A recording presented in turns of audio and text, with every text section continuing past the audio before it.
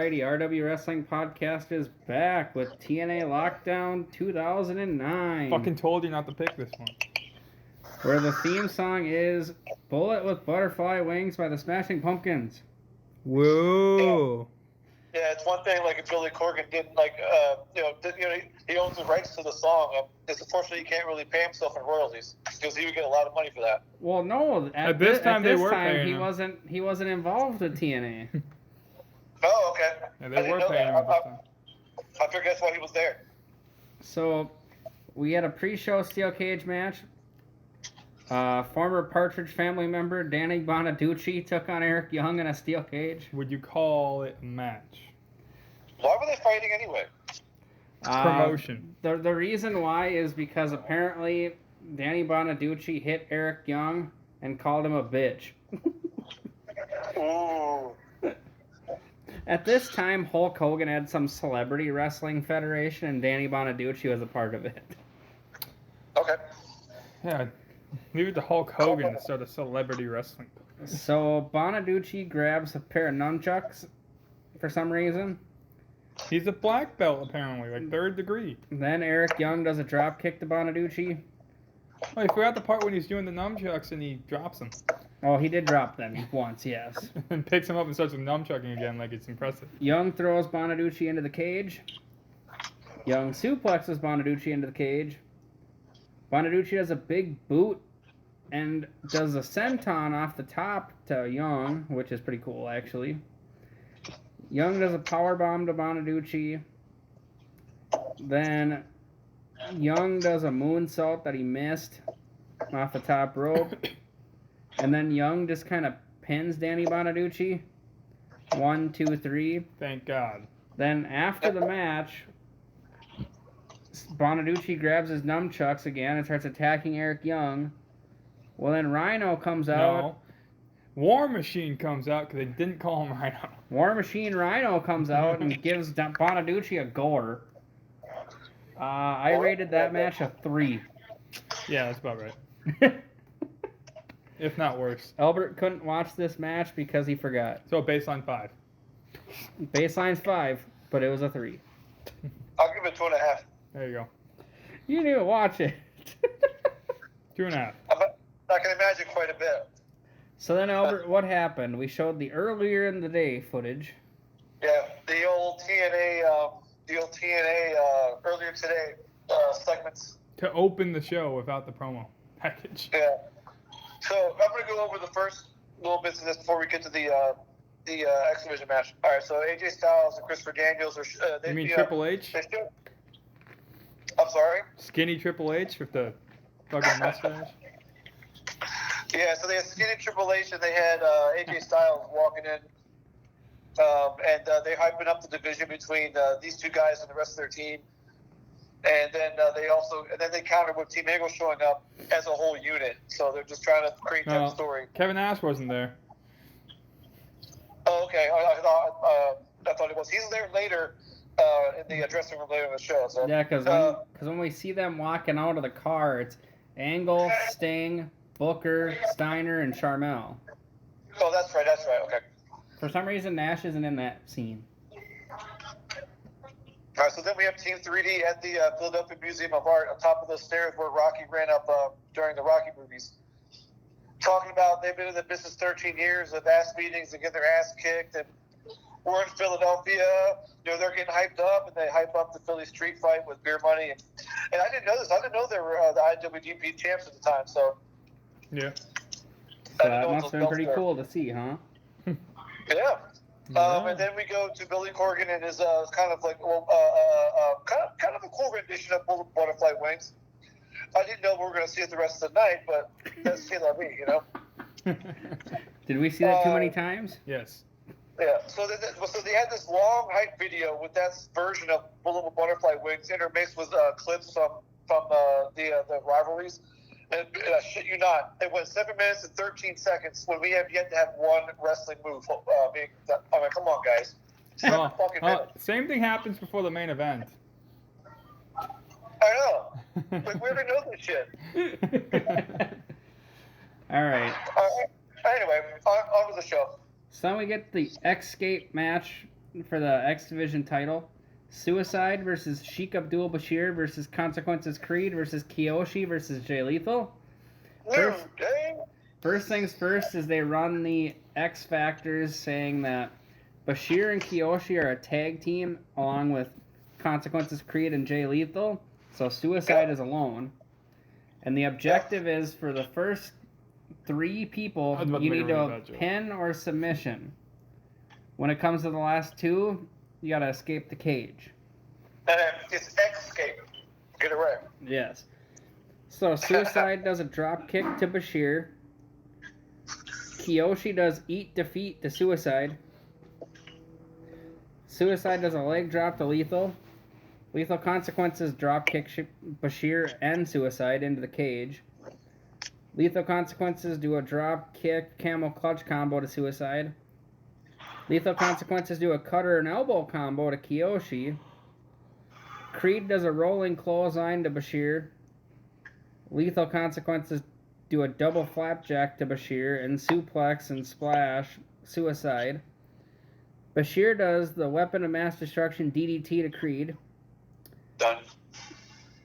Lethal does his lethal combination to Bashir. Suicide does a clothesline to Lethal. Lethal then missed a moonsault.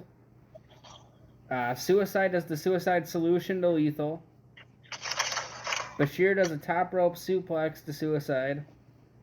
Suicide knocks Bashir off the top of the cage. Suicide then at this point in time is trying to escape the cage. Then the security guards and Kiyoshi are there because Kiyoshi's trying to make sure Suicide doesn't win. Well, Suicide dives onto the security and to Kiyoshi, so Suicide wins and defends the title. Yeah. Yeah. A lot of Suicide here. Yeah. Yeah. And their match was okay. The ending was cool though.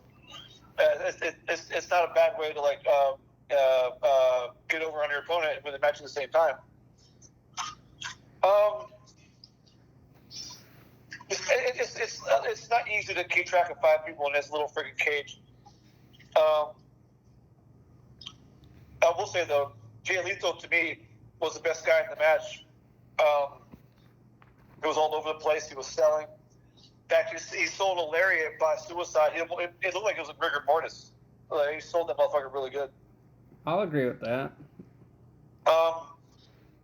There was a point where,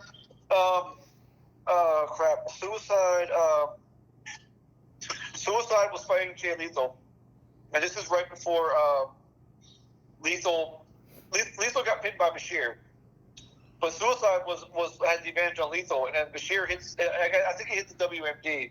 I think. Yes. No.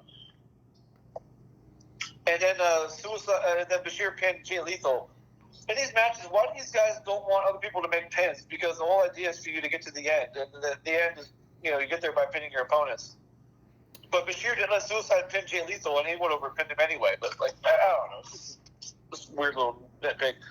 For some reason, when Bashir and Suicide were at the end, there was a USA champ. I thought that was weird.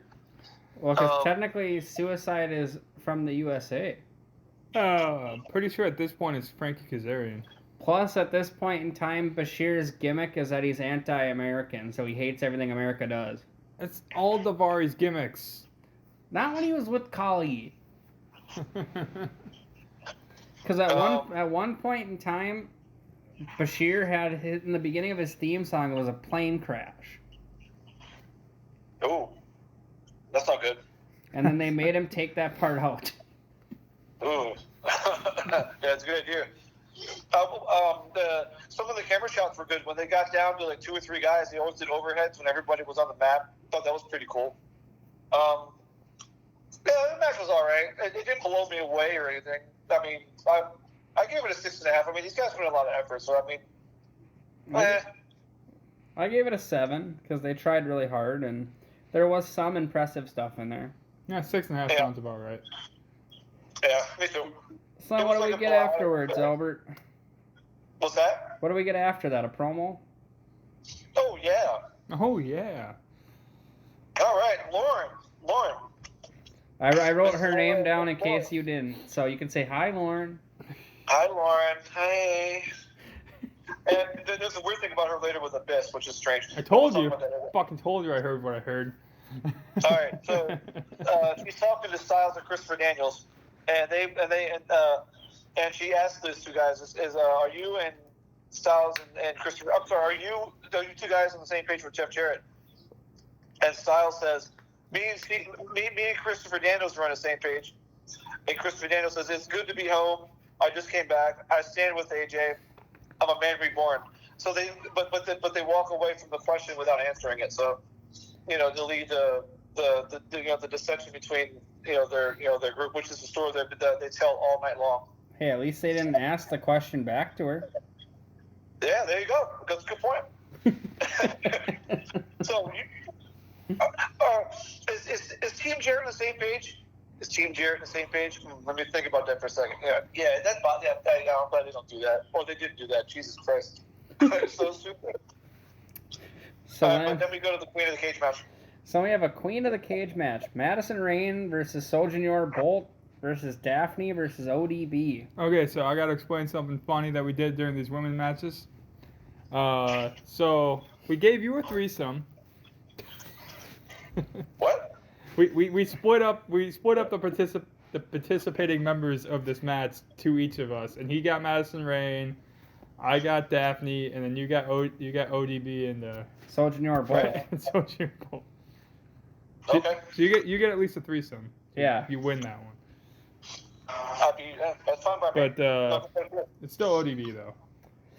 So this match, they didn't explain the rules, but it's just pinfall or submission. I wish they would have kind of explained that a little bit, like if what eliminations would have been a thing or something. I don't think there was anything special. It was just the first for them to get a pin. They were saying during the match that the winner of this match could possibly get a shot at Awesome Kong later, or whoever the champ is going to be. Okay, which makes sense. So there's that. Daphne does a Northern Light suplex to Rayne. ODB does a clothesline to Rayne and Bolt at the same time. Bolt does a full Nelson suplex to ODB. Daphne does a crossbody to Rayne and Bolt. Daphne does a TKO to Bolt. Cody Deaner starts feeding ODB booze. Yeah. ODB does a splash to Bolt and Rayne. ODB does a fallaway slam to Bolt. ODB does a sidewalk slam to Rayne. Daphne does the 5-star cradle credenza to Bolt. ODB then spits booze at Bolt and gives Bolt a power slam and wins. ODB wins. Oh. Wow, he's right. I mean, I like saying ODB and all that stuff, but Madison Rayne is, sexy biatch, but yeah, I don't know what to say. Like, this match was like blah for me. I don't know what to say. Like, I mean, Okay, there's points where, like, what's that? Okay, Vince, TNA's just blah. Yeah. Listen to Sting's podcast visit on the AEW Unrestricted podcast. That's what Vince told him back in 07, 06. Yeah, I thought it was kind of funny. ODB fires up when she takes shots of booze. I thought that was kind of funny. At the beginning, though, all of them should have ganged up on ODB. That obviously ODB is bigger than all three of them put together. Yeah, but faces were attacking the heels. Yeah. Obviously, ODB and Daphne were the faces, and Bolt and Rayne were the heels. Yeah, but even Daphne was fighting ODB because, Bolt and Rayne started beating up Daphne for some reason at the beginning. Like, dumb heels, come on now. I mean, Well, to be fair, Daphne and Bolt were beating up Daphne was getting beat up by Rayne and Bolt because of the fact that Rayne was the Beautiful People were in a feud with Daphne before this, when Daphne was playing a Sarah Palin knockoff character called the Governor. They called her the Governor on her entrance. Because they shaved her head and then she became Daphne again. The Governor. Okay, I didn't know that. Which they probably still... Well, this is before... Who's nailing Palin? No, this is before The Walking Dead, when you said the Governor. Because Governor was a villain in The Walking Dead. Yeah. Ah, shit. Do you have anything else to say aside from, in your eyes, Cody Deaner's a lucky man? Oh, yeah, he is. You got the motorboat. The match was just all punch kick for me. It really wasn't. I mean, there's a few moves here and there. It was kind of boring. I mean, okay, before I give my rating, though, What do you think the over? How many times do you think ODB touched her tits? 27. Did you count? Yes, sir. I did it on purpose. 16. 21. That was close. Yeah. Did you count later when the women's match ends, when Velvet Sky's outside celebrating? She's like touching up, down, bottom, top, middle when she's like celebrating the end of the match. No, I didn't do that. It was weird. Like she touched herself like 4 times. Yeah. ODB grabbed her tits, her own tits. I'm sorry, 18 times. Sorry, 18. Sorry. Damn, you were closer. Woo! Do I get a prize? You get to grab her tits. Nope. Yeah, you get to go back and watch that match again and make sure I got the count right. That's your prize. Fuck that. You just got given homework. I just thought it was funny. ODB was firing up by grabbing her boobs. All that stuff. Okay. And, Titties and beer. And drinking booze. And her Yeah, kids. I give the match a 5. It was pretty much just whatever. I mean, they came in and did their job. I gave it a 3. Yeah, I gave it a 4. I didn't like it. They didn't do anything like awesome or It just seemed like nothing. there was 4 people in the ring for 10 minutes and that ended. Yeah. Yeah, like the pinfall was just kind of out of nowhere. Yeah, I guess so. I mean, at least ODB fired up before she did it, you know? True, but then we had an interview, right? No, sort of. So the camera goes over to Don West and Mike Tenay, who, after the second match, run down the rest of the card. Thank you. Thank you. Yeah, as if we didn't need that already. But then while they're talking, they get a little breaking news in their earbuds, saying that Jeff Jarrett has shown up, and they. How's that breaking news? They knew he was going to be there. Breaking news! Jeff Jarrett's here! He arrives in his SUV, and he's not with Samoa Joe. Apparently, that was the talking point. The whole show, they're talking about the dissension and Team Jarrett. So there's that. All And right. then we go on to the next match. All right, let's get to a good match. We have a triple threat steel cage match for the IWGP Junior Heavyweight Tag Team titles. Motor City Machine Guns versus No Limit versus LAX. Okada. No, not Okada. What? I every time the Japanese guys came out, I said Okada like a million times. He did. Which one's Okada? None of Both them. of them. No. Neither one. One was You got my headset. one was Yujihiro Takahashi, Okada. and the other one was Tetsuya Naito. One was Konichiko and the other one was Okada. No, you racist bastard. All right, so Naito does a crossbody to Shelly. Shelly does sliding drop kicks to Naito in the Tree of Woe. Yujihiro does a suplex to Homicide. Hernandez kills Sabin with a shoulder block into the fucking cage. Yeah, he does. Hernandez does a suplex to both Motor City Machine Guns. No Limit does a clothesline elbow combo to Shelly. No Limit does a suplex and like a corner elbow to Sabin. Sabin does a drop kick off of Shelly to Homicide. Motor City Machine Guns do a DDT and elbow combo to LAX. Everyone starts throwing elbows at Homicide in the corner. Or to Hernandez, sorry.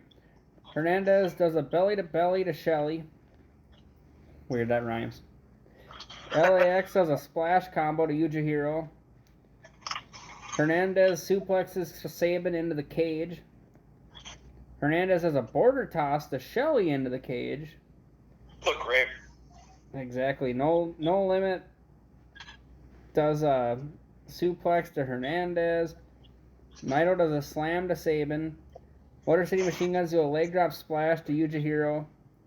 Homicide does a drop kick on top of Naito. LAX does the 187 to Yujihiro. Oh no, motherfucking cow. Motor City Machine Guns do the Made in Detroit to Naito, and Motor City Machine Guns take home the victory. Yeah. So, yeah, it had a nice little fun match there. I will say that. I like how everyone, all the teams got all their stuff in, and it still looked like it wasn't a spot fest. It really, it was, but it didn't look like it was. They all took turns. They didn't try to. Either team took over the match until the end when the Machine Guns won. I like this match. This match was fun. I mean, everyone was doing double teams. I don't think anybody fucked up. So what was that? What was that weird stacking thing that? Who did it? That the Machine Guns did to Hernandez. It was like, and then they stacked up a homicide on top of him, and it was like a weird looking drop kick into something or other. What was that move? No idea. It was good, whatever it was. Yeah, I was like, I don't know what that is, but gotta give props for creativity and to not forget to do it in the match. It was not a traditional move that neither of them do. No, I've never seen it before. Props for that. Let me see here. I like the 187. I like the border. I like the border toss. That's fun. Hernandez was throwing everybody into the friggin' cage. So everyone was using the cage in different ways. Everyone, it looked good. I gave it an 8. I liked it. I give it an 8.5. I'll give it an 8.25. Fucking loser. So then we have the interview of the night. Abyss is backstage with Lauren. And what does Abyss say? God. All right. Well, Lauren begins it. Lauren, first of all, she calls him Chris. I don't know why. So Abyss says, okay. Lauren shows concern for Abyss because Abyss says he won't use weapons. And he's in a cage with Matt Morgan. And when she shows the concern, he says, "Oh, you're just the best girlfriend I've ever had." I was like, "What?" Told you that's what he said. I was in the bathroom when he said it, to be fair. And I was half paying attention because I didn't care for the Abyss promo. Yeah, but once he heard girlfriend, he's like, "What?" Yeah, so Abyss basically says a few things. He says he won't use weapons. He says he's here to survive. He survived his abusive father and he survived getting committed. He says he will take all that Matt Morgan can dish out because after that, he will take out all his frustrations on Matt Morgan. Abyss says Dr. Stevie, who I didn't know who it was until I saw him, if it's the same guy. Abyss says Dr. Stevie will always suggest to let things on the inside come to the outside. Wink, wink. It's double meaning. And he kind of walks off, and Lauren is trying to, again, talk to him or try to talk him from being violent, saying that you don't have to do this and all that shit. Of course he does. Then we have the Abyss Matt Morgan hype video, and then we go to the match itself, which is called it's a lot of words. Doomsday Chamber of Blood Steel Cage match. With convoluted rules. Yeah, make them bleed before you can pin or something. Yep. So we have Matt Morgan versus Abyss. Wow. Albert, you got to do it.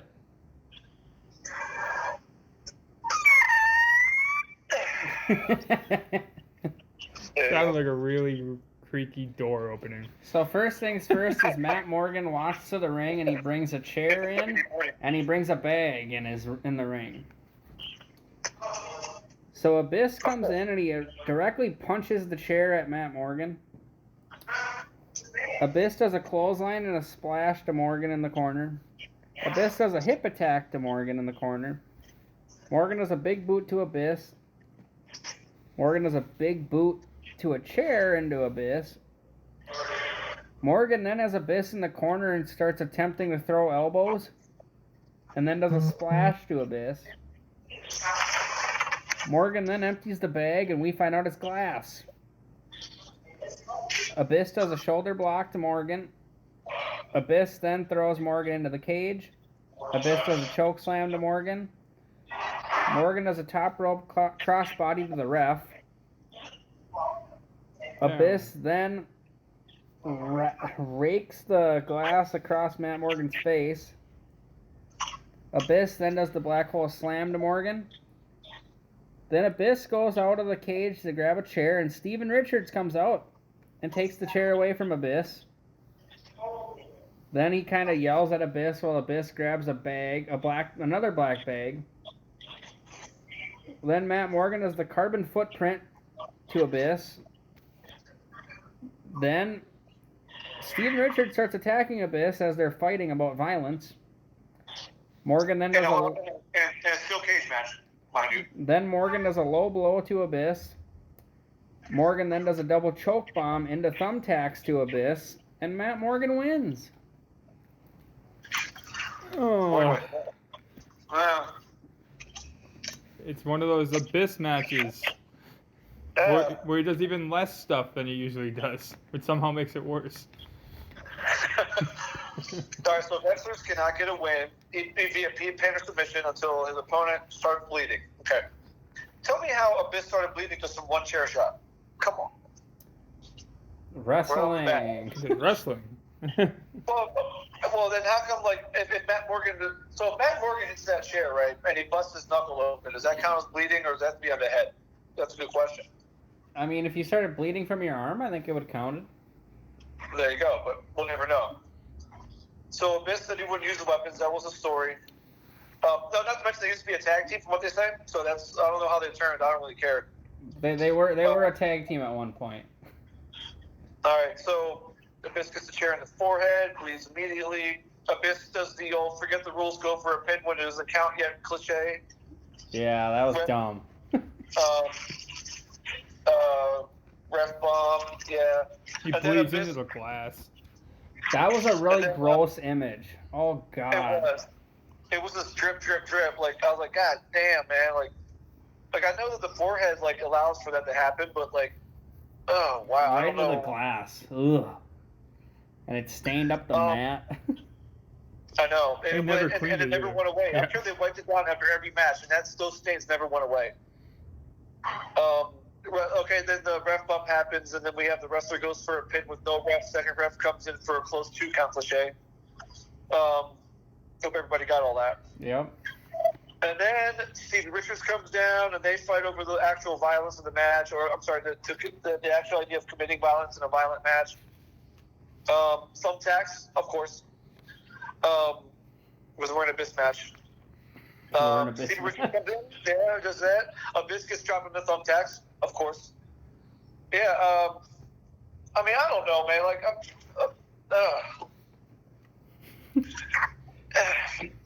I gave it a 5. I mean, whatever. Whatever. It was all right. It wasn't terrible. It was just slow. I mean, like Abyss can't move, and like so he has to do all this shit all the time. It's getting boring. I mean, no offense to your choices here, but like yes, he's choosing it strictly for the Abyss matches on the card. Exactly. I'm picking these just for the Abyss match, Albert. I'm like, all right, pick the best Abyss match. Let's go. Well, I meant for doing TNA with Abyss being in there by accident, or I'm sorry, I'm just being dumb. Sorry, but like it's like how many times have we watched Abyss in the past like 3 weeks? Every single show. Yeah. Hey, I mean, don't get me wrong. Next month you won't have to watch him because he doesn't show up on any of these Royal Rumbles. Yeah. He only shows up in backstage segments in WWE sometimes. Yeah. For Styles. Yeah. Yeah, so like I said, I gave it a 5. It was neither here nor there, but it was a typical Abyss match, Monsters Ball match without it being Monsters Ball. I gave it 6.5. I gave it a 5 because it is not, in my opinion, the typical Abyss match because Abyss wasn't Abyss. Because they made the whole point that he wouldn't get violent. Well, the only reason why they were doing that is because that was what the storyline was at the time, so... It's a dumb storyline. It was dumb, but Steven Richards became Abyss's fucking therapist. Yes, the guy from Extreme Championship Wrestling is trying to therapize... Yes, I made that word up. Abyss into not using weapons. The guy who literally used weapons all the time. Well, the storyline was he was the therapist for some stupid reason. I don't know why. I can't answer that. And then on top of that, Abyss started gaining friends. Aww. Like Lauren. Lauren, hi. Lauren. Best girlfriend ever. And then on top of that, he also gained Matt Morgan. Well, then once the other teams were starting to go violent on Abyss wouldn't do anything. So Matt Morgan was like, fuck you. You're not going to help us out. I'm done with you. think the whole point of this match was try to get Abyss to go back to being Abyss. Well, we'll eventually see that. Don't worry. No. One day. So yeah, this was during Abyss's I don't want to be violent phase. Which is a stupid phase to have. He's Abyss. Yeah. Well, every match is essentially a fucking hardcore match for him, so yeah, make it violent. I'm not going to be violent, but I'm going to agree to this Doomsday Steel Cage match. I'm going to agree to a Doomsday Chamber of Blood cage match where I need to make my opponent bleed first before I can pin them. He's going to make him bleed with some hugs. Dude, he might as well have started trying to hug Matt Morgan at this point. Make him bleed internally. I'll hug you to death. All right. Then what did we have, Albert? A promo or a interview? Interview. We got Jeremy Borash in the back with the one and only King of the Mountain, Jeff Jarrett. Basically, he asked him, whose side are you on? But Jeff Jarrett says he knows what everyone has been saying about him for the past few weeks. He says AJ Styles and Christopher Daniels need to worry about themselves and not so much me. And he says, I might have to start worrying about myself. But no matter what, tonight I'm going to do the right thing. And he doesn't really explain that. And then he's walking out the door. Samoa Joe walks in. And he and Jeff Jarrett stare down a little bit. And all Samoa Joe says is, no tricks. No tricks. And then Jeff Jarrett walks out the door. And what the F is that shit on Samoa Joe's face? Face paint. This was my least favorite variation of Samoa Joe. He comes out in his pregnant mom pants for the match. God damn. Pregnant mom pants. He did. All right. We'll get there. So then we have a triple threat steel cage match for the Knockouts title. Awesome Kong versus Angelina Love versus Taylor Wilde. In this match, Albert, you got Awesome Kong. I got Angelina Love, and Legend here got Taylor Wilde. Hey, I like him thick, so whatever. Somehow he's okay with everything. To be 100% fair, Albert, Legend did make a joke saying that you'd be the only one to be able to tell which hole is in a fat roll. Yeah, I don't think it'll make any difference. See, there's that too. So he's probably getting awesome bombed. He's probably just knocked out the entire time it's happening. Yeah, I won't feel a thing. So Wilde starts off by throwing Love into the cage. Kong then does a wheelbarrow suplex to Wilde. Wilde and Love start drop kicking Kong a bunch of times. Love does a clothesline to Wilde. Kong throws Wilde right into the cage. Kong does a double-handed choke bomb to Love. Kong then does the swing to Love. The Cesaro swing, mind you. Kong throws Wilde and Love into the cage again. Kong does a choke slam to Love. Kong tried to do a senton off the top rope and missed. Love did the Botox injection to Wilde. The beautiful people at this point in time tie Kong's hair to the steel cage so she is out of the match. Wilde then attempts a top rope crossbody to Angelina Love. Then Angelina Love is kind of like... Dude, I legitimately thought she was hurt for the rest of the match until she did her little Then she like just trick pins Taylor Wilde, so Angelina Love wins. I think she was hurt. Yeah, so did I, but then she just like gets up and fucking, I'm fine, and wins the match. I'm like, what the fuck was that? Yeah, I think she was legitimately hurt. Yeah, so did I. Yeah. Because they sat in a rest hold for like 2 minutes. Yeah, and Angelina Love just like pins her. Angelina Love barely moved there in the entire time she was in the rest hold, and then Taylor Wilde just let her go. But then she just pins her. Yeah, she goes over to Wilde, goes over to Kong, says pretty much probably says like, kick me, and Wilde gets kicked, and Love just pins her out of nowhere. Yeah, the ending of the match was weird. All right, so as Angelina Love and Velvet Sky walk into the ring, and they're doing their typical shtick and all that stuff, Don West is beside himself. He thinks, he's complimented the two of them, but as Angelina Love is walking up the stairs to get in the ring, he says, at some point, I'm looking at the two greatest butts in the world, in reference to their two asses. Wow, okay. I missed that. Me too. Like, god damn, dude. Like, you know how Don West always sounds like he's having a heart attack? He's excited. That's I sort of thought he like, was about to get a heart attack there. if you read that line out loud and you said name that commentator, I would have said Jerry Lawler. Exactly. Me too. Well, and Don West later, so when, what the hell was going on? I think Love was doing something. They have the best butts in the world. Yeah. That's a pretty bold claim. Oh, that's right. I think Angelina Love I think she was, I forget what she was doing to either Taylor Wilde. It was probably Taylor Wilde. And she was doing something illegal, or either Taylor Wilde was doing something to Angelina Love, because like Don West is showing his favoritism here. He tells the ref to put a stop to something in a cage match. I forgot what the part of that match was. And Mike today's like, "What do you mean not do something in a cage match? What are you talking about?" And then Don West is like, "I just want Angelina Love to win." Like, oh God, dude, damn. We did comment about that to each other, going, "Who is the heel commentator in this?" No, because it was match by match, though. Because there's some matches where they had different roles. Like, Don West is the heel commentator in this match, but a different match, Mike Tenay's being the one, like, it was weird. Yeah, I don't know. It's just, I don't know. Okay, so there's a spot where it is Taylor Wilde, right? Or is it Tori or Taylor? Taylor. Gotcha. Okay, thank you.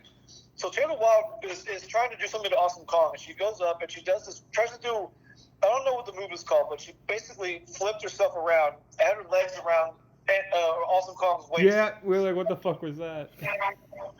Okay, is that a big woman rule? Yeah, she didn't dive on her. I just mean, like, it was weird, though, because I think she was, like, trying to take her down with, like, a leg lock thing, and Kong just stood there, like, what the fuck are you doing? Yeah, I mean, she didn't jump onto her, so no, not a big boy rule. Okay. Oh, okay, maybe it's a variation then. We'll just say it's a big rule, big person rule 1A, like an amendment to it, like a little, I'm going to write all these down eventually. What are the RW Wrestling Podcast tropes? You have, like, a notebook of rules, like, oh, which one does this fall under? Oh, that's in section 2B. If anything, he'll be the one to write them down. Well, there's one later where Angelina Love tries to roll up Awesome Kong. Is that in the rule? No, that one's a rule. No, I think that should be a rule. You can't roll people up that are bigger than you like that. But you can. Not Angelina Love can't roll up Awesome Kong. Obviously, it doesn't. It didn't work that time, but sometimes it works. A roll up will work. Not on Kong. It's if you jump on someone, you're gonna be fucked. I think a roll up of a big person just leads to the person rolling them up getting fucking crushed. Yeah. Well, I mean, Kong did try to jump on Angelina. It didn't work. Yeah. There's a cool spot where Kong misses a whoopsie. I forget who she was about to hit. Probably Angelina Love. Yeah, that was Angelina Love because that was after the pinning attempt. And then she gets like 6 drop kicks on both of them. Yep. Taking them. I thought they worked all around Awesome Kong really well in this match, and she still made her spots, like with the somersault miss and her power and strength and everything. Oh yeah, no, Kong looked good. Yeah, I thought Kong looked good. I thought the way they got her tied up in the cage made it legitimately that one of the other two was going to win. But unfortunately, the finish got fucked up. I give it a 6. I didn't mind it. There's some fun stuff to watch here. I'll give it a 6 as well. Yeah, this is go truly complete the evil formation 666. Just because the fact that if the ending would have been like a little bit more crisp, it would have been better. I legitimately like she got knocked loopy or some shit because she was just out of it for like 3 minutes. Yeah, and then randomly like she just pins her. Oh, okay. She was in the headlock, and I think what happened is Angela was like, all right, I think I'm good now. So Taylor let her go, and they went to the end of the match. Yeah, I agree 100% that like it was when the ref goes up to the wrestler and doesn't like walk away immediately. Yeah, there's something wrong there. You can tell right away. Well, obviously she was okay, but like, god damn, man, like I'm not sure how it happened because like Wild did a body press and you don't see her actually hit Angelina Love anywhere, but when they hit the mat, They may have knocked her head off the mat and got loopy. Something. Yeah, I'm just not sure specifically what. I mean, like, Wiswat didn't have like a forearm extended or a knee sticking out or anything, but anyway, it was what it was. And I guess I gave it a 6. So if the finish was better, I probably would have given it a 7. So. Yeah, no, had it been a little more crisp, had the injury. I would say up until the injury spot, it was better than that. Yeah. So I think they worked around everybody really, really well. So. And that was a really creative way to knock Kong out of the match. And it played in the storyline too, because then they cut her hair at some point. Yeah.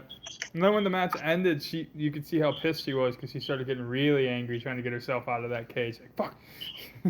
Yeah, and then that lady at ringside, Raisha Saeed, ran around too and chased Velvet away. Yeah. All right. Now we have a Team 3D promo. And guess who they're with? The fans. Hi, Lauren. Miss you. They're with the fans too. And they're with Devon's kids who are in AEW right now. Terrence and Terrell. I don't know what specifically they are, but they're at a place. It looks like it's backstage to me, but it looks like they're in the corridor. Just bring all these fans with beers over here. Well, they're somewhere.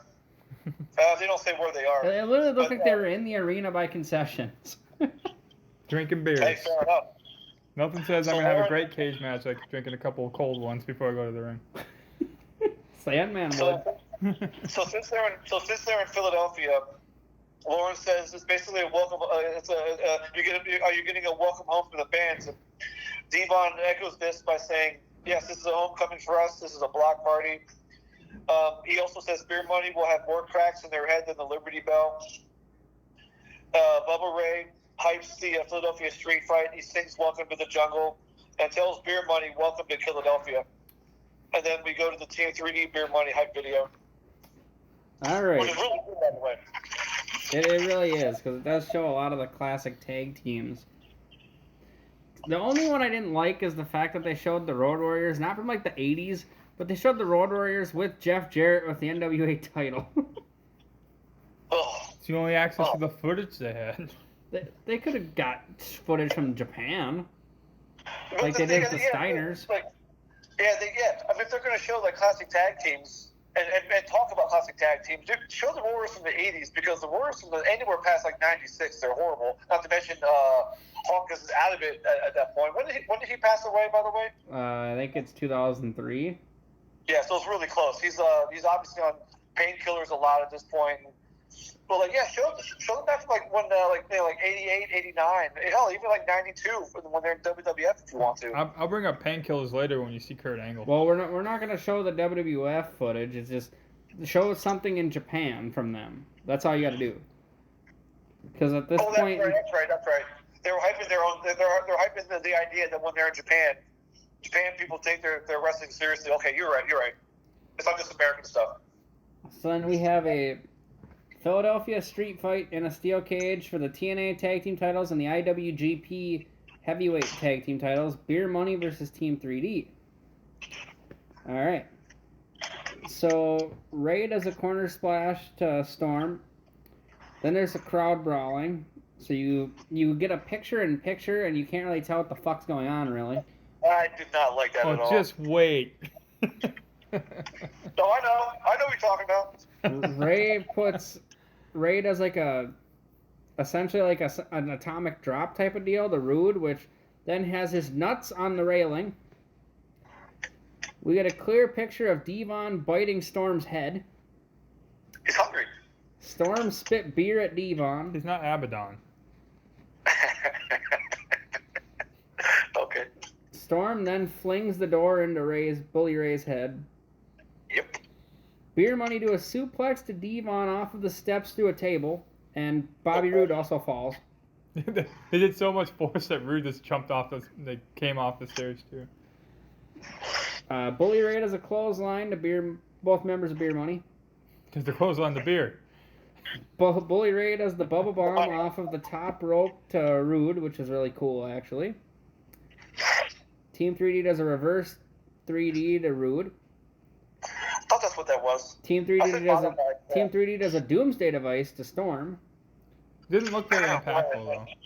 Team 3D did the what's up to Rude. What's that? Beer Money does a suplex to Bully Ray. Hey, Dylan. Yeah. You know what you got to say. Yeah. Get the table. Yeah. Get the table. Yeah. I'm abyssing it. I'm abyssing it. I refuse. Beer Money does a neck breaker combo to Devon. Rude does a spine buster to Bully Ray. Rude does a neck breaker to Devon. Team 3D do the 3D to Bobby Roode. Non-cane bump. After James Storm accidentally hits Rude with a cage door. So Team 3D win. Yep, no cane bump. You got that right. I was waiting for it. I really was. We actually talked about it while we were watching it. If it would have been Storm taking it, it might have been that cane bump. It's weird. We only got... My only issue with this match is at the end when Storm throws the door, right? And he hits Rude, and then Rude walks into the 3D. Storm's still just standing outside. Why couldn't he reopen the door and jump in the ring before the pinfall happens? I think Devon was guarding the door. He would have gotten into him anyway. Hey, Albert, remember, when we watched that Bound for Glory 2014, this was the match they showed footage of during that show. They did, and I remember that when this match was starting, I was like, that's right, I think I've seen this before, because they showed this is like one of the top 5 tag matches in the T3D's history in TNA. Mm-hmm. And this was like number 1 or something like that. I don't think quality-wise it was like top 5 potentially. I don't remember. I'd have to watch them all again, which one day we'll do, but not for a while. Don't know what you're talking about. It'll happen one day, man. Yeah, I enjoyed this match. I mean, it had a little bit of everything. I didn't like the split screen. I'm not sure what to do to get away from that, other than having the cameraman know when each guy is going to do a certain spot and they organize it, that way. Or they could have just did picture in picture where it was side by side instead of having the Lockdown logo in the one side taking up half the screen. Yeah, or do it that way. That was just ridiculous because there's no reason why we need the Lockdown thing to say Lockdown on half of the screen. Well, the other half of the screen we have 2 screens showing us footage. Oh. I guess so. I guess whoever was doing that didn't think we were watching Lockdown. Had to remind us. I'm not sure. So they fight up the concourse.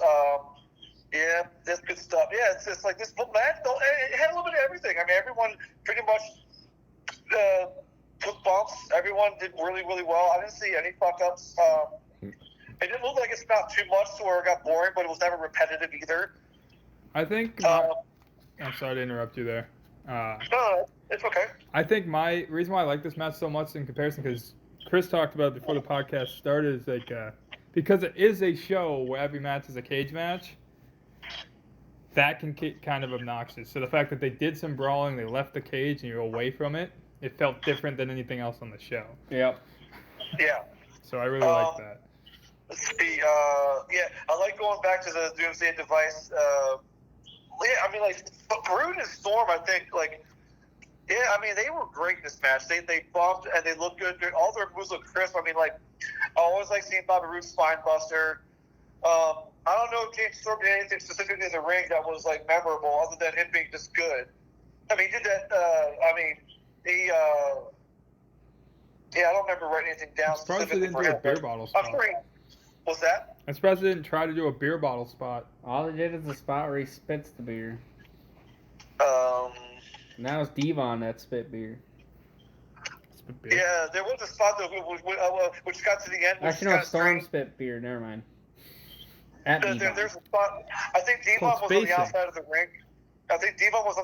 ring. And both Bobby Roode and James Storm did top rope moves to Bubba Ray. They moved out of the way. He avoided both of them.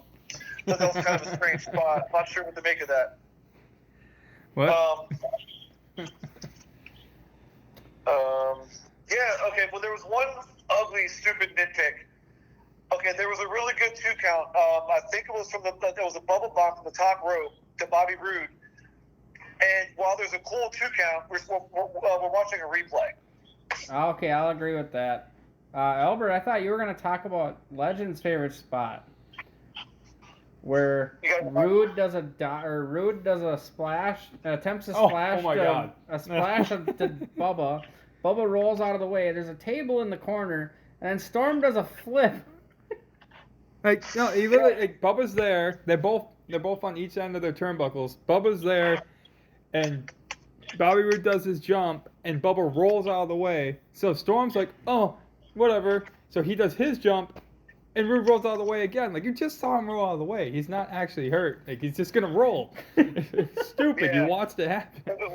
Yeah, that was amazing. I mean, it was funny to watch, but I was like, this is dumb. Yeah, I'm sure James Storm could have just done something different. You know, like not do it. Dumb heels. Like, maybe just not jump. That would have been great. Yeah. I'm pretty sure Bobby Roode at that point was thinking, you know what? One day I'm gonna be glorious. I'm gonna be glorious one day. One day everybody's gonna think I should have a match with Triple H, and it's never gonna happen. Yeah. The Spinebuster match, right? I was like, when he had his head shaved and he was the champion, and like it's NXT, but if they brought him up, they could have done a program with Triple H like right away. He could have came in and just like gone after Triple H. He could have been like, I'm the new Triple H. Or something like that. But they could have like pushed him into like a main event spot right into the main show, and then he would have been a lot bigger than he is now. But no, what did they do? They gave him a feud with Ziggler and a bunch of mid-card matches. Yeah. So if Robert Roode beats Triple H, does Robert Roode have to alter his name to be Triple R at some point? That'd be actually pretty funny. Robert Rodriguez Roode III. Oh yeah, Radical Robert Roode, something. Ravishing Yeah, Robert I was Roode. gonna say ravishing. Yeah, Ravishing Robert Roode. Oh Jesus. All right, I gave the match a 7. I gave a 7 as well. Yeah, 7's about right. I'll give it a 7.5 actually. I really like this match. I like Beer Money a lot. It's just some of the camera stuff threw me off, and Yeah, but they didn't do the traditional beer money. It would have been 8. If they would have rode out on the beer carts. The Boozer Cruiser. If they would have rode out on the beer carts and screamed Beer Money a couple times. all right. Yeah, 7 sounds right to me. So now we have an interview, and who's it with? We got Jeremy Borash talking to the Main Event Mafia. Oh, drugged more out Kurt Angle. More specifically, Kurt Angle. He's in the room with the rest of the Main Event Mafia, and Kevin Nash would join halfway through the promo. With a hot chick, mind you. And they never say who that is. No. Who was that, by the way? We don't know. We don't know. It's just some chick in the background that looked like she was hot. All right, well, good for him. Dibs. Hey, hot chick. Dibs. Okay, so... No, you don't get dibs. You say Charmel. Charmel. Yeah. Kurt Angle's already got dibs on Charmel. Yeah, Oh, he did. God. We got to watch that one day. It'll be fun. Yeah, he did. All right, so... basically, he says that the Main Event Mafia... I don't remember what the question was. Probably along the lines of, do you feel confident against... I'm sorry. Do you feel confident, or because you look like you're overconfident is the idea of the question? And Angle says, no, we're not overconfident. We are confident, but that's because we're legends, and legends always remain. Again, I'm paraphrasing this. Sorry, it's not word for word. All of us have had doubters, and we were proven wrong. We are going up against faster and younger opponents, but the Main Event Mafia will win because the Main Event Mafia is smarter. We will win with our brains instead of our hearts. And Jeremy Borash was like, what the hell does that mean? And Angle's like, you figure it out, and then kind of walks away, you know. Oh, you missed the best part of the promo, though, when there was one point where he's talking about it, and he goes, oh, fans wonder all the time, is Kurt Angle going to break his neck again? Is Kevin Nash going to tear his knee again? Yeah, it's like he basically just starts burying the entire fucking Main Event. Scott Steiner's too old, and he can't wrestle anymore. He can't go anymore. I was like, man, some kind of hype promo you got there, you made me think your team is going to die. Angle says that despite people saying Scott can't wrestle, he's had some of his best matches he's had in a long time the past few months. And you see Scott Steiner sort of flex, he's like, yeah, that's right, yeah. So we have a lethal lockdown match. AJ Styles and Christopher Daniels and Samoa Joe and Jeff Jarrett versus Scott Steiner and Booker T and Kevin Nash and Kurt Angle. I really wish they would have explained to me who Joe was talking to when he didn't come out for his entrance. I forgot how that played out. Me too. But before you go to the play-by-play, let's look at the talent in this ring right now. I mean, like, whether it's past or present. at the time. You know, everybody's Jeez Louise. everybody. Yeah, every one of these guys at one point in time was main event status. The least star-making power in this match, or in this whole putting in a complete segment, would be Bobby Lashley. At this point in time, and that's at the very, very, very, very end. Like at this point in time in 2009, when that happens, he's the least of the star power of the people in this. Yeah, I would have said Scott Steiner. Yeah, just the guys listed here. This match is already a 6. It's not going to go any less than that. I mean, shit. Every single guy in this match is a world champion somewhere. My baseline for this match is a 7 because Styles didn't die when they didn't catch him. It was amazing. We'll get to that. God damn, that was cool. But all right, so Kurt Angle and Christopher Daniels started off, and I literally got the order of entrances right, not by knowing it, by literally going. I don't believe you. I literally was going by who could physically wrestle that long of a match. I'm still pretty sure I know you've seen this because you own it. I saw it like 10 years ago. Yeah, same, but it doesn't mean that you expect, oh yeah, this happens, this happens. I didn't know the spots. I was just like, hey, this is probably entrance order because these people wouldn't be able to go because they're old. So, all right, so Kurt Angle and Daniels start. Angle does a backdrop suplex to Daniels. Angle then throws Daniels into the cage. Daniels does a stomp off the top rope to Angle. Daniels then launches Angle off the top rope and does a suplex. Daniels does the Koji clutch to Kurt Angle. Then Booker T comes out. Booker T then starts chopping Daniels. Booker does a super kick to Daniels. AJ Styles comes out. Styles and Daniels double team Booker and Angle. Styles does a suplex to Booker. Daniels does a gut wrench suplex to Angle. Steiner comes out. Steiner does a belly to belly to Daniels off the top rope. Steiner does a Frankensteiner to Styles.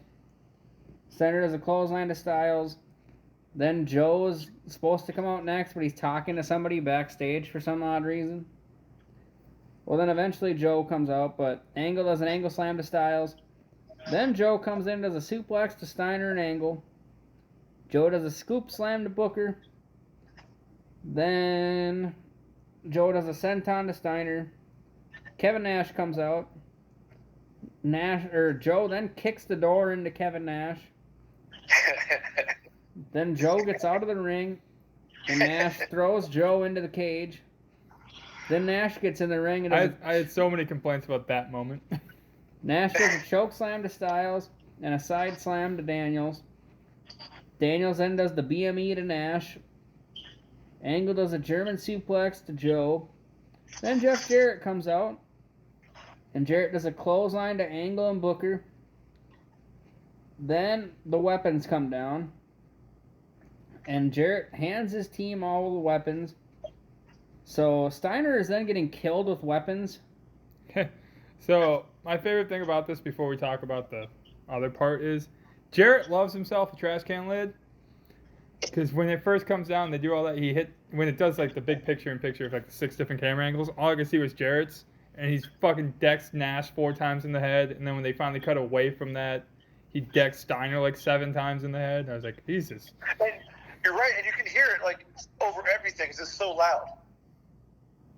True. So, at this point in time, we get that 6 fucking camera angle bullshit. Why? Yeah. So then Angle does an angle slam to Jarrett. Then Angle and Styles go to the very top of the cage. So awesome. And they attempt to suplex each other off of the cage. I was talking about the legality of if they would have actually pulled it off, they would have been sued by some fans for injuries. Then Styles attempts to dive on the main event Mafia guys, and no one's there. They're around, but they're not there. Yeah, he just falls straight on his ass. I'm like, wow, that looks cool, but it didn't really work. Steiner does a belly to belly. All you gotta do is just put your arms out. It's fine. I think they're standing underneath the wrong panel. Like they were supposed to be a panel forward. Steiner does a belly to belly to Daniels. Joe does a muscle buster to Steiner. Then Jarrett accidentally hits Styles in the head of the chair, and then Don West goes, "Oh, he did it on purpose." Uh-huh. Angle does the angle slam to Joe. Daniels does Angel's wings to Angle. That was awesome, because this is like one of the only times they've been in the ring together, so. Steiner does the blackout to Daniels. Jarrett then hits Booker with a guitar and lets AJ get the pin, so Christopher Daniels, AJ Styles, Samoa Joe, and Jeff Jarrett win. That finish was so flat. I was so unimpressed by it. Doing the little fake me out, teasing, I'm going to hit Booker, or I'm sorry, I'm going to hit AJ, but I hit Booker instead. It would have been a little better if they didn't do the headshot earlier. For some reason, the fact that they already played out the tension, I think it would have been more interesting if he didn't already have that moment. Yeah. Either way, it wasn't the best ending. I'll say that. No, the ending was flat. And the guitar didn't shatter. Pretty much the highlight of that match was AJ through the top of the cage, and Jesus fucking Christ, good for him. He about died. Amazing. So. Yeah. The crowd was chanting, "This was awesome," rightfully so. But the more I thought about it, I was like, "No, it's more like that was phenomenal."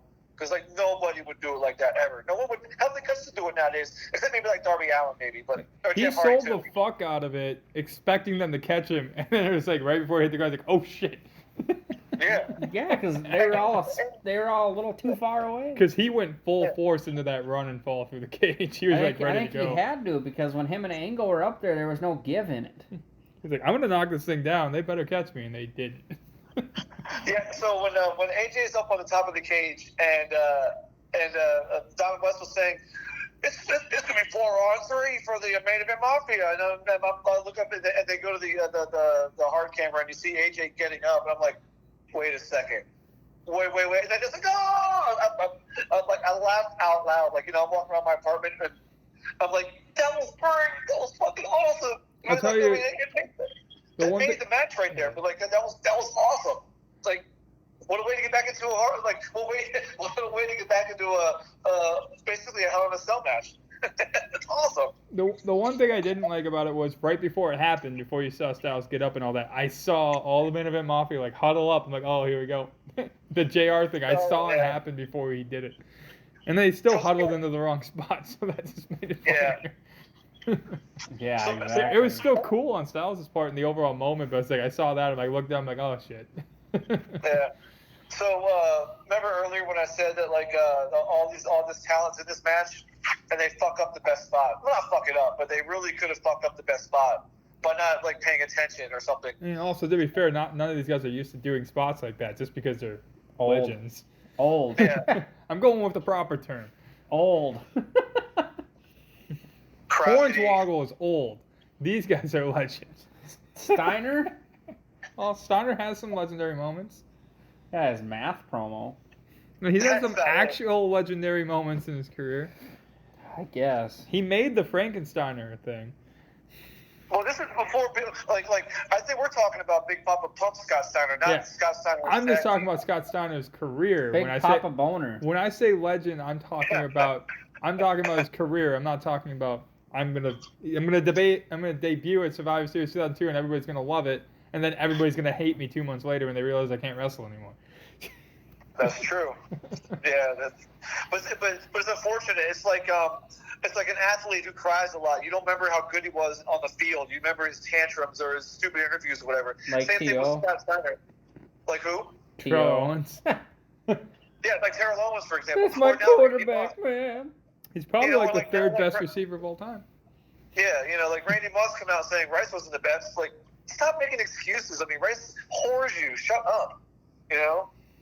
But that's all people remember Moss now for is in stupid interviews or Terrell Owens is like saying, "This is my quarterback," crap like that.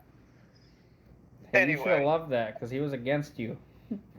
Hey man, you guys better win next week because this will be up after that, but I'll talk about it later. Boom.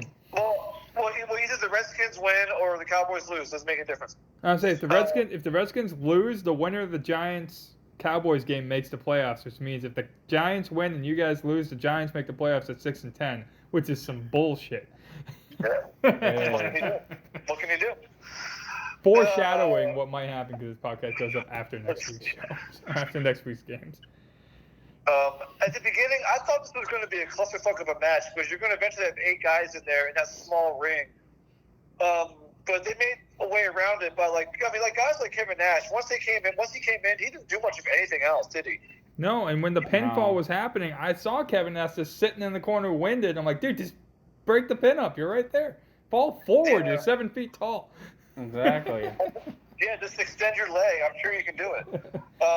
And Scott Steiner comes out and he does this stupid looking clotheslines where the people are waiting to take the bump and he takes one step and then puts his arms out like he wasn't good. It's called the Steiner liner. They do call it the They Steiner literally liner. called it the Steiner line. Sorry, I didn't mean to bump that up. And it's Sorry. horrible. And it's It's horrible. terrible, No, it's yeah. horrible. We're agreeing. Booker T still looks really good. I don't know how that dude stays in shape, but he got a spinneroonie in there, which is really cool. Yeah, you did do the fucking spinner. Yeah, I was like, in the middle of this match, you're doing a spinneroonie right now. How do you find room with all 8 people in the ring to do a spinner? Because they're all selling. That's why. But obviously, the best part of the match was the first 5 minutes with Angle and Christian Daniels. Which is like the only time you see them in the ring together solo. So I'm Yeah. surprised by that. I mean, well, I guess because Daniels is in a tag team all the time with whoever he's wrestling with. Like here now, it's AJ Styles. Triple X, Styles, Frankie. Sky. No, It's not Sky here. I know, not TNA. here, but like I literally looked at Chris and like, is this the first time and only time that they're like in the ring together? He's like, I think so. For a singles match, unless there was one on Impact. I didn't look it up, but they didn't have a pay-per-view match. I know that. No, not pay-per-view. Yeah. After AJ Styles did his bump, pretty much like the finish was flat for me. Like I said, I started with a 6. I'm gonna end it with an 8.5. It was still really good. It was still fun to watch. I went with an 8. I went 8 as well. Yeah. Only because this is not against you, because this is your first Lethal Lockdown that you've watched. No, second. You've watched another one? Okay. Yeah, Bound for Glory 2010. Oh, they had one at Bound for Glory, didn't they? Yep. But alright. But they've, like, the Lethal Lockdowns that they had back then, and, like, other ones, like 06, 07, 08. Oh, 06, 07. I don't remember 08's. But 06 and 07, 06 and 07's Lethal Lockdowns are class acts for what the Lethal Lockdown match was. No, I like those ones better, It too. was like Sting versus Christian or something was one of them. Can't remember. I think that was one of them, but like those first couple that they did were really good. All right, so Team Jarrett is celebrating in the ring. Everybody's still in the ring, actually. I don't think anybody's left yet. No The lights one's go left. out. No, they're not fighting anymore. They're just the lights go out. Yeah. And then we hear an engine revving, and then the words Bobby Lashley come on the Titantron. The lights come back up. It's Bobby Lashley wearing it looks like a regular. It's like casual day for him, I guess. Well, Kurt Angle looked like he creamed himself. And they kept going back to the ring between Jeff Jarrett and Kurt Angle. Kurt Angle is so effing happy looking. He looks like he's ecstatic. Like I said, he looked like he creamed himself. Well, see, I believe that the storyline was Kurt Angle is bringing another person into the Mafia. I don't remember Bobby Lashley being in the Mafia. He never was, Exactly. but he was attempting to recruit Lashley in. Okay, and then Jeff Jarrett looks concerned, and rightfully so, I guess. If he's but if Jeff Jarrett doesn't know why Bobby Lashley is there, why does he look concerned? Well, because before the pay-per-view, Kurt Angle hyped up a potential new member of the Mafia. Oh, okay, I must have missed that. Joe becomes a member of the Mafia. Joe does become a member Which of the is Mafia. when it starts going backwards and down. But Joe does become a member. Because they end up putting all their stars into the Mafia. It became an NWO thing where they put too many people in. Do you think the Main Event Mafia is a cool name for a group? Yes, I liked it. It is great. I liked it, and I liked the people they put in it. I like the first incarnation of it. The second one sucked. But when they did the Evolution style, when like was it Kurt or Sting was world champion, Steiner and Booker were tag team champions. Kurt. Yeah, Kurt was champion, and Steiner and Booker were tag team champions. Like they had the belts and stuff. That was cool. And Nash had the Legends belt. I think that's what it was. They had wrestling on TV. So Booker and Steiner became a tag team? Yeah. Yeah, they were tag team champions at least once. God damn, the amount of tag belts between those two guys is freaking great. God damn. Yeah. Booker just had to hold tag belts in all the companies. He might well have. But yeah, then we get the long intro sequences to this main event. Hey, thankfully this one didn't have a 6-camera fucking picture-in-picture though. No, but they did a hype package. They did an interview. They did an interview. They did a hype package, an interview, a hype package, interview, then the hype package for the match, then introductions, and then the match started. No, they did interview. No, they did a hype package. They did hype packages for both of them before they got interviewed. No, they did their interviews. Then they did the hype package for the match. Then it showed them walking down the corridor. Then it did a hype package on specifically them. Yeah, either way, there's multiple hype packages and multiple interviews, and then introductions before the match. Then it was in the intros, which that was bad. All right, so we have Lauren in the back with Sting. Hi, Lauren. The question to Sting was, did you think you would ever be in this position of fighting Mick Foley in a cage 6 months ago? No. And Sting says, I always expect the unexpected. Anything goes with Mick Foley. And Mick Foley is just as whacked out as he has ever been. I'm not rolling over and dying. And because this title belt means too much for me, I care about it too much. Where am I at here? I'm sorry. It's doomsday in TNA if the wrong person gets a hold of this title, i.e. Mick Foley. And since we're in Philadelphia, anything goes in the 6 sides of steel. And then they go to JB with Mick Foley with the same question. And then Foley says, Mick couldn't be here tonight. He had to attend the shindig. Or he had to attend a corporate shindig. So he's basically saying he's Cactus Jack. He says he's going to tweak the main event match tonight by saying, hold on a second. Okay, basically the idea is that fans don't want to see anyone walk out of a cage, so he says he's going to seal that door shut nice and tight and saying, I'm going to rip you apart. Good luck, Icon, you're going to need it. And then they go to their entrances with their little hype videos attached to them, and then they do the introductions, and then we go to the match. So you have a steel cage that match. went on forever. Steel cage match for the TNA World Title, Sting versus Mick Foley. Mick Foley starts the match by punching himself until he bleeds. Yep. Then Sting is rubbing Foley's face against the cage. Sting does a backdrop to Foley off the top rope. Sting essentially does a stinger splash to Foley in the corner, which then Foley's leg gets stuck. Foley then throws Sting into the cage. Foley does a spinning neck breaker to Sting. Foley does a double arm DDT to Sting. Foley does the sharpshooter / scorpion deathlock to Sting. Foley drop kicks a cameraman and tries to fit out of the camera hole. I love that part. It's so great. Sting does the scorpion deathlock to Foley. Foley then grabs the barbed wire baseball bat, aka Barbie. Actually the cameraman that Foley dropkick hands it to That's him. the part I didn't like. That's the only thing I didn't like about that. Give me the bat! Give me the bat! Sting's attempting to escape the cage, and Foley hits Sting in the knee with Barbie. Sting does a drop toe hold to Foley with Barbie in his hand, so Foley's face hits the barbed wire bat. Sting hits Foley with Barbie. Sting is then raking Foley's head, or the barbed wire to Foley's head. Foley does a jumping elbow with Barbie to Sting, which then the referee blades Sting. Yeah, the referee blading Sting was... Foley Really? hits... Yeah, you can see Earl Hebner do it. Foley hits Sting with barbed wire as he's wearing Sacco. Foley then does a knee and a barbed wire, or does a knee with barbed wire in the corner to Sting, and Mick Foley wins by escaping the cage and dropping to the floor before Sting does. I think it dropped like 10 feet, give or take. I think Sting dropped farther. Well, you had to try to attempt to catch up to Foley. Because Sting dropped right after Foley did. Yeah.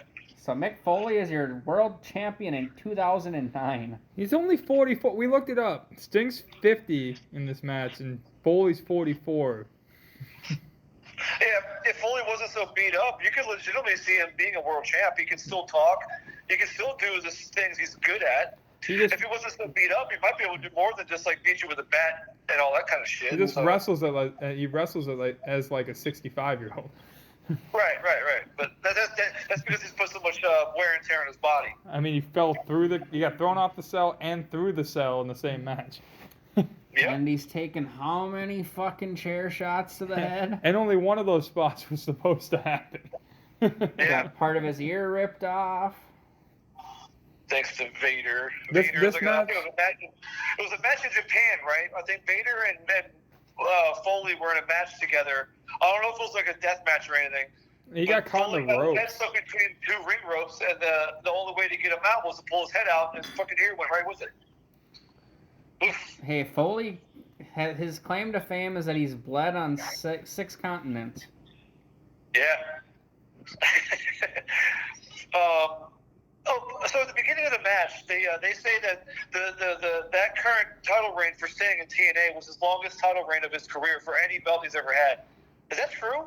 I didn't calculate it. I would assume it is. They wouldn't just lie about it. I didn't calculate it. And it was the sure. longest. It was, at least at the time. I don't know now. It was the longest running TNA World Title reign. At that time, yes. Now, no.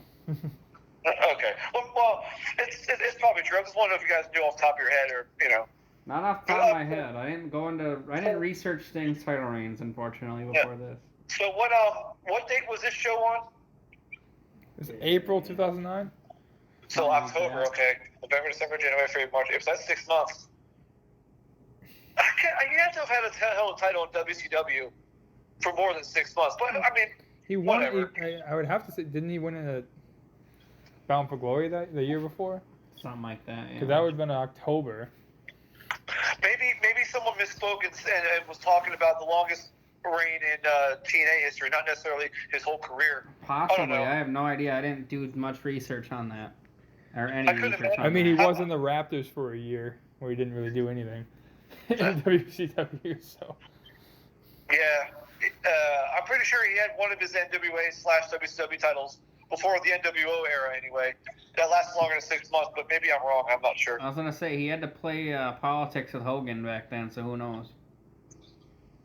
Hell, before that, it was Flair wanted him over, so like it was easier for him to win titles in the early '90s before Hogan came along. yeah, but then you wouldn't have got the best version of Sting. Joker Sting. I did watch a video of the highlights of Joker Sting, and at least in the highlight video, Joker Sting's entertaining. it was actually cool. Joker Sting's funny. I mean, it was straight up like Jim Carrey as Joker, but you know. It was hilarious, at least. He played the character right. Yeah. This match was pretty fun. I think both of these guys played their roles really, really well. Sting was the guy who had to go in and face unpredictable Mick Foley, and he was able to go toe-to-toe with him. But Mick Foley played the good heel by going against his own word twice. He said he was going to keep the door locked shut, and he wanted the door open. He said he wasn't going to use the barbed wire bat. He said he was going to use the cage instead, but he used the barbed wire bat more than anything else. And that spot where he kicked the cameraman, I laughed out loud. Like, what the fuck are you doing? It reminded me of PCO. Remember? This was so random. Yeah, except for the fact that Foley then attempts to escape out that fucking camera hole. Yeah, which was outstanding. A great heel move. I loved it. I never thought that Mick Foley would ever try to play a chicken shit heel, ever again before he came to TNA. Because the WWF, he was so over as a guy who would just fight you. He had the guts, the intestinal fortitude, that kind of shit, to ever want to be a heel again. Let's see. I thought everything was good in this match. I enjoyed it. I gave it an 8. I enjoyed it. I was gonna say I enjoyed it a lot more than I originally said when I didn't want to do this show, but I gave it a 7.5. I'll go 7.5 as well. I mean, it was better than I expected for these two at their ages. It's better than I remembered. I remembered hating this match. I honestly thought Sting was going to win this because most of this was my ignorance of what the storylines were. But I didn't think Mick Foley would get a title run. But obviously I'm Who wrong. would want one? Or would want one. I don't think he literally wanted a title reign. I think they were just like, Foley, we're going to give you one. Why? They have so many young talents. We want you. We have a story for you. I guess. Yeah, like all these guys just like this match was like both like they just did it right. I mean, I don't think anybody fucked up. I don't think anybody went too far overboard with the blading. Although I am surprised. I don't know how you. I have to go back and watch it because I didn't see Dave Hebner do the blade job for Sting. Oh, you can see it. It's obvious if you know what to look out for, but it's after Foley it's right before Foley's gonna do the elbow with the barbed wire. To be fair, Okay. I wouldn't have noticed it if I didn't read a comment that told me it happened. Exactly. But since I knew that it happened, I knew to look for it. Well, then I'll tell you what. Like, I mean, I'm no novice when it comes to watching wrestling matches, and that got by me. So, I mean, I'm not saying I'm an expert, but still, like, Hey, sometimes it looks so obvious. But like, that was a perfect blading job. If it looks like he goes to check on him, but you can see his right arm like move across his forehead, and then he backs away. Real quick. Okay, that's tricky little Hebner. And then he backs away, but it looks like he's checking on him. Yeah, and then next thing you know, Sting's bleeding. Because Foley does that spot where he does the elbow with the barbed wire baseball bat. And I'm glad they didn't. I'm glad they didn't shy away from using the bat. They really went all out with it. I mean, they're going to bring the gimmick in. They're going to use the gimmick to its fullest. And I'm glad they didn't try to be cheeky with the gimmick and not use it. Like, remember how Dean Ambrose fought Brock Lesnar, and he got these gifts from like Funk and Foley and like a chainsaw and a barbed wire bat, but he never used them in the match at all. They just brought them out, but he never used them. Hey, that's because of Lesnar. Well, I know, but they didn't have to give him these weapons to begin with. He wasn't going to use them one way or the other. Hey, if it was up to Ambrose, they would have been used. Right. Well, chainsaw maybe that'd be gory a little bit. Just cut Brock Lesnar in half. He would have just cut the ropes like Retribution. Yeah, but Lesnar is obviously too much of a puss sometimes to like be hit by a barbed wire baseball bat once in his life. I mean, come on. Well, even Ambrose didn't even care if he hit Brock with it. It could have been, you beat the fuck out of me with this baseball bat. He just wanted his ideas to be used, and his whole point about it was Brock said no to everything. Oh, that's a good point. Yeah, you're right. Like, Lesnar just could have grabbed the baseball bat and beat the shit out of Ambrose. Yeah, you're right. That's a good point. But overall, this show was better than I complained about. How about that? Did you watch this when it happened? I watched it when it came out on DVD, like a few months after it happened. We didn't order the pay-per-views because we were in high school and didn't have money. We didn't work. I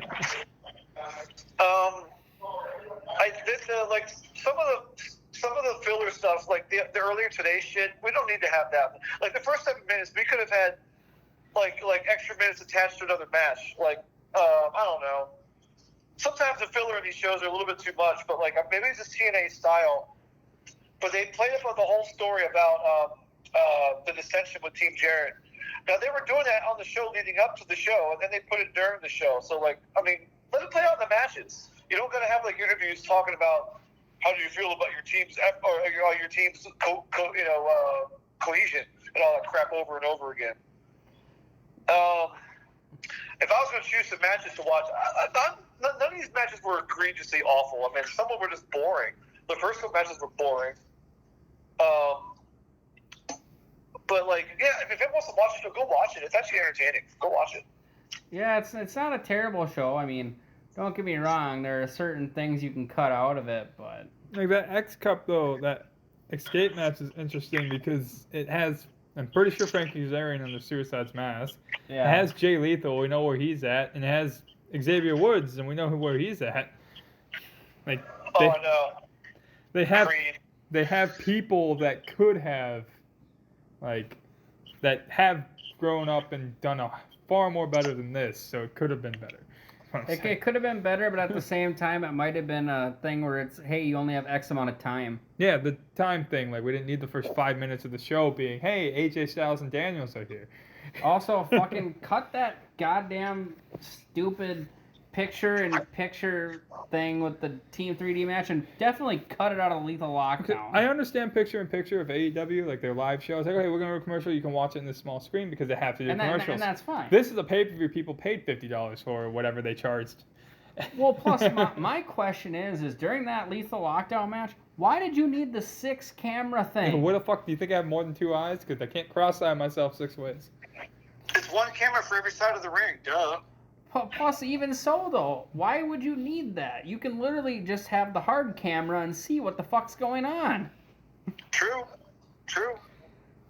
They got to pay those cameramen, man. Just go to a different camera shot. You don't need 6 of them, so we literally can't see anything except for hearing the fact that Steiner's getting beat the fuck out of a trash can. All I watched was Jeff Jarrett beat Steiner with a trash can. I was not watching any of the other screens. Because you couldn't see anything. You couldn't make out anything on the other screens. Yeah, well, then don't go watch one of those World War Battle Royals that were in WCW. Good Lord, man. They had World War III? They had camera views for every ring, right? Except they had camera views for the same ring, just in different spots. You could see Hogan in all of them. Like, god damn it. Like, fuck. I think Hogan was only in one of those, too. Well, he was in the one I'm talking about was the one where he is the one where Savage wins, but Hogan feels he got cheated and he acts like a little bitch about it. But during when everybody was in there in the 3 rings, you could see the camera was on. If there was 4 camera shots of all 3 rings, Hogan was in 3 of them. Fucking A, that would suck ass to have to go and figure out who gets eliminated in that fucking match. Yeah. Well, I think they just whittle it down, knowing who like the final few competitors are going to be, and then just whittle it down from there. Well, because 98% of the time you don't even know who the fuck it is, because it's like Japanese guy, Mexican guy, Japanese guy, Rey Mysterio. Kiichiro Okada. Yeah.